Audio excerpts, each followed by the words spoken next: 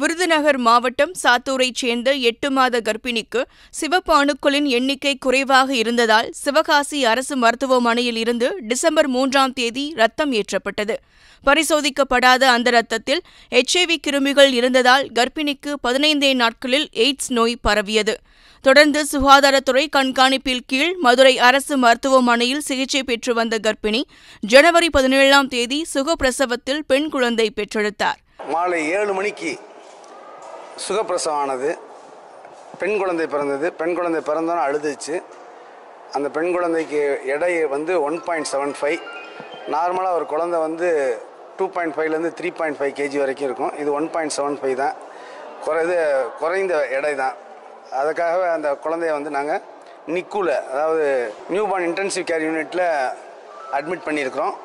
அந்த பாப்பாவுக்கு தொடர்ந்து குழந்தை மருத்துவர், பச்சிளம் குழந்தை மருத்துவர்கள் தொடர்ந்து கண்காணிப்பாங்க. மதரை பொறுத்த வரைக்கும் ரொம்ப நல்லாவே இருக்குது. பாப்பாவுக்கு HIV பரவாமல் இருக்கக்கூடிய அந்த நிவரிப்பின் சிறப்பு உடனே கொடுத்துட்டோம். அதே போல் ஹெப்படைட்டிஸ் B வைரஸ், மஞ்சக்காமாலை B வைரஸ்க்காக உள்ள இம்யூனோகுளோபுலினும் கொடுத்துட்டோம். அதற்குரிய வேக்சினையும் கொடுத்துட்டோம்.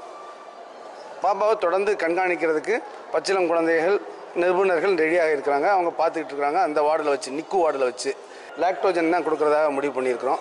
தாய்ப்பால் கொடுக்கல.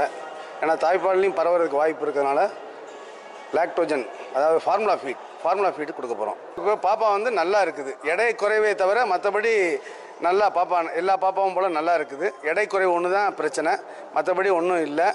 அதுக்கு HIV இருக்குதா இல்லையாங்கிற டெஸ்ட்டு 45ஆவது நாள் தான் பார்ப்போம். இப்போ பார்க்க மாட்டோம்.